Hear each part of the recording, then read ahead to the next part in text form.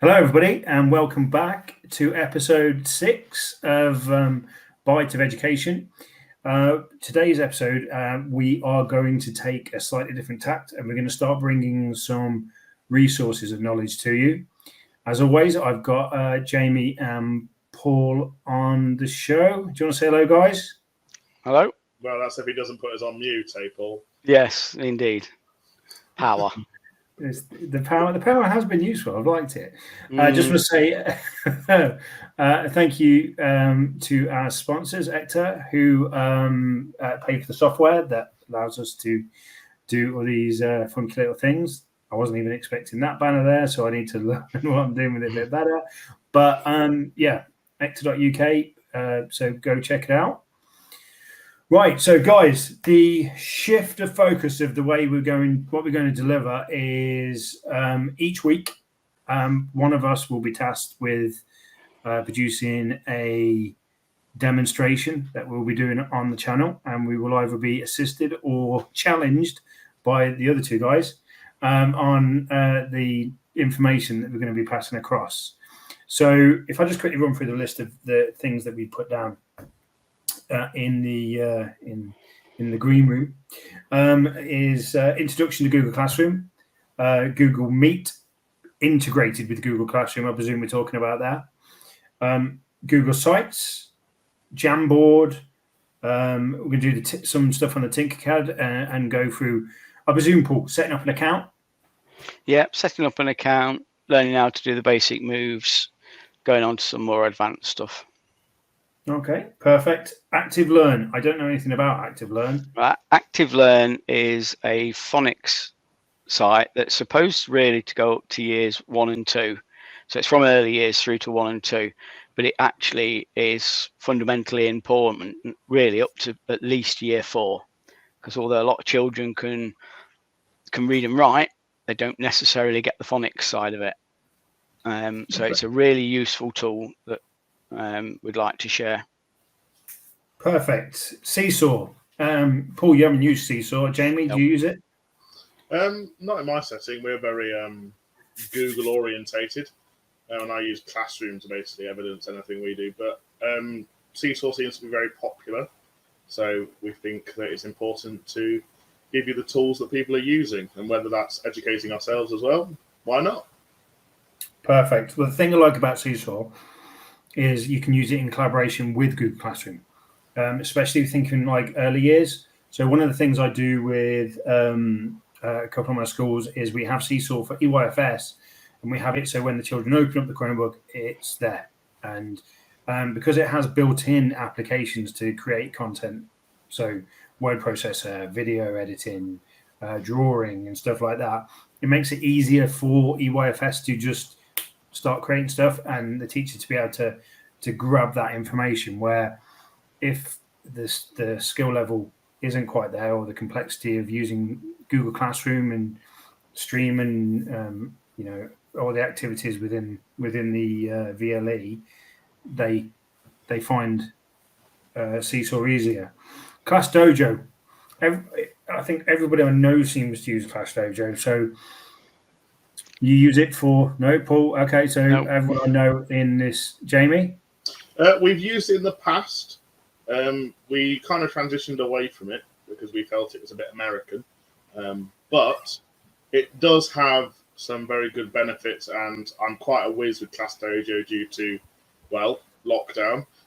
So, yeah, it is an amazing resource. It does have its quirks and its little things, but yeah, it's useful and something that may suit different schools more than others. And I think that's kind of what we're looking at. Yeah, we used it during lockdown. But our children are far more tactile, visual, needy. So we've, since lockdown, we've gone back to more tactile reward system, if you like. Okay. It's cool having a little green monster or something like that, though, I imagine, as a kid. So I thought we were talking about James again then for a minute. Thank you, guys. Okay, and then I think we want to also look at some of the the physical tools and things you can do with physical devices. So the screen capture stuff with Chromebooks, and the way that you can set that up to automatically save whatever they capture to a Google Drive, which I think is a cool new feature. Casting the screen, so pushing your screen from a Windows or a Google device to a board, which I mean, it's really something that Jamie, you seem to be really enthusiastic about it before. But in my head, what I've got is you've got a kid full of a classroom full of devices, teacher there working on something, and says, "Oh, that's brilliant, little Billy," or whatever. Show the rest of the class, and they can just ping that up to the screen, so everybody can see. I mean, that's going to be really powerful. Yeah. We can also show. We're also going to show some of the useful sites that I think that we use for not so much creating content, but for delivering and referencing learning. Yep. So I've got one that like Leo Labs that shows you every satellite, and you can track around the globe, and you can see how much rubbish that we've left up there as well. So that can go over technology and the mess we're leaving of not just the planet, outer space as well. So I think I'd like longer term, being a science specialist, I'd like to bring some science stuff into that, because there's a lot of rubbish out there. There's a lot of stuff not relevant to the UK curriculum, and it's sifting through it to work out what these useful sites are, and what's just literally a waste of time you're looking into. So I think that's something I'd like to bring into the room at some point. Absolutely. I think one of the things that, out of all those things that we said there, obviously anybody who's watched these shows that knows that we advocate code.org. Absolutely love that. We can do some stuff on Scratch and Scratch Junior and show you the differences between the two. Also, we could look at some e-safety stuff. Yeah, so, I think that's incredibly important. And probably ought to be brought to the fore, I think. Particularly, we've had a few issues this week in school. So I think that should be probably brought to the fore. And I know that if you look just nationally and you look at the data and things like that, the impact that online access to children is having with the increased access, with the increased availability of devices, there's the risk that poses. And I think it's important that we maybe bring some different ideas about what you could use for your e-safety stuff. So maybe look at Project Evolve. I know there's an amazing new Google thing called Interland. Won't go too much into detail about that. But yeah, there's lots of cool things out there, and maybe we look at that as well. Yeah, because you've got Interland.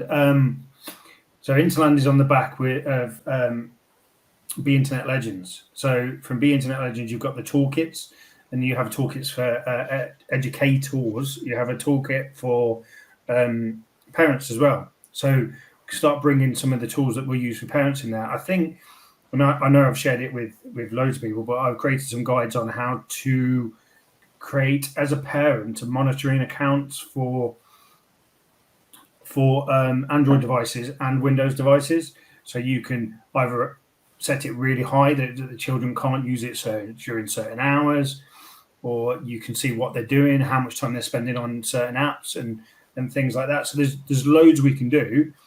But I think, rather than for the next so many videos, we're definitely going to be doing less theory based and where we think the direction of IT is going, and more about helping improve understanding about specific applications and services and things like that. Yeah, and I think on the back of that, what underpins pretty much everything that we're doing at the minute is to make things easier for us teachers. Yeah. We help. Whereas initially it might look like it's an increase in workload, long term it's definitely a reduction in workload, and I think that's really important, particularly with the bureaucracy within the education system. Anyway, anything we can do to reduce our workload has to be of benefit. Yeah, so then that perfect one there is we can look at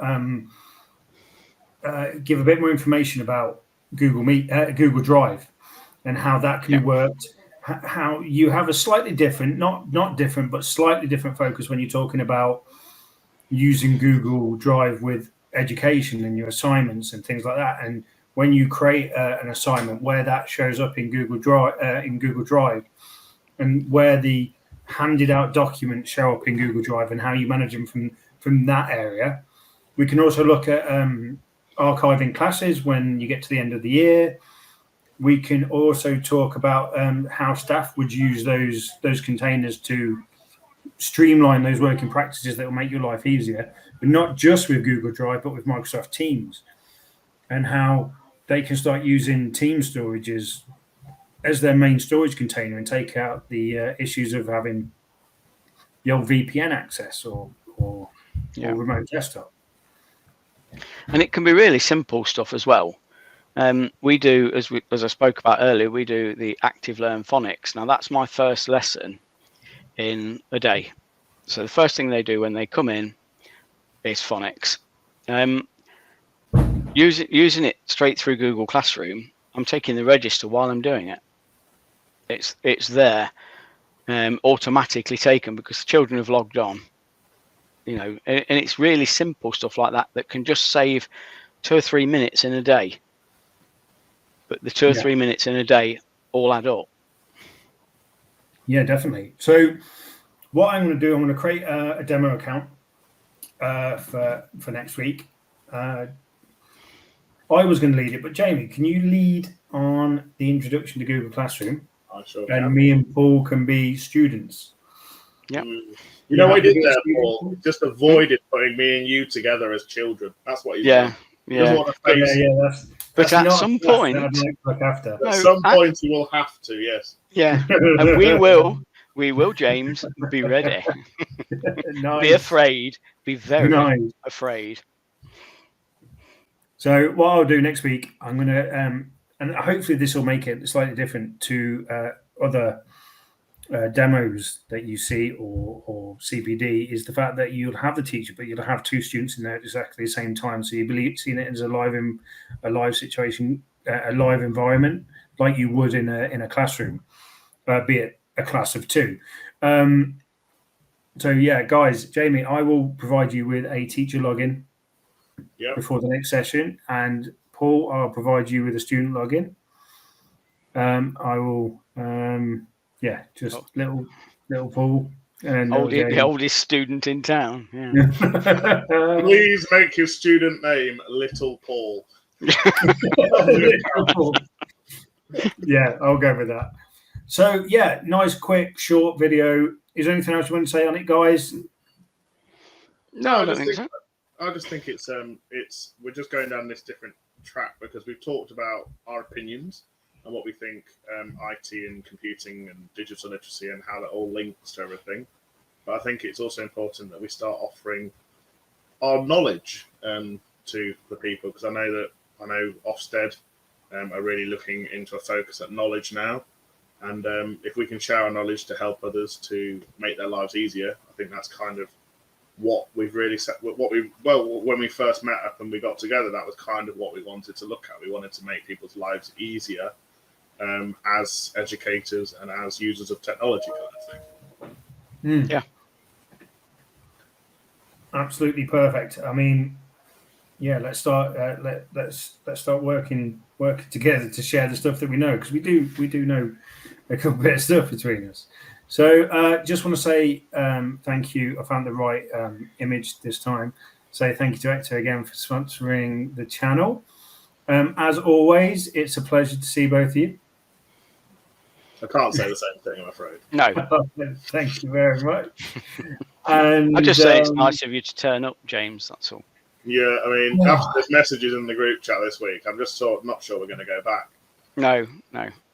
Nice. Right. I will say to everybody who's watching, please like, comment, subscribe, and hit that notification button, because we're going to have some really good content coming out shortly that you can follow along, and it'll be a real live experience about how it's used from both ends, from both a teacher and a student point of view. So next week, Paul and I, being the students, will get to try and break whatever Jamie's done, and we can see Jamie scramble and see how nimble he is as an educator. So have a great. Go on. Depends how late we do the podcast is going to be how nimble I am on the computer. Yeah. So, if everybody's watching, have a great morning, afternoon, or evening, depending when you're watching this. And we will see you all next week. Next week. Yeah. See you both. See you Bye. later.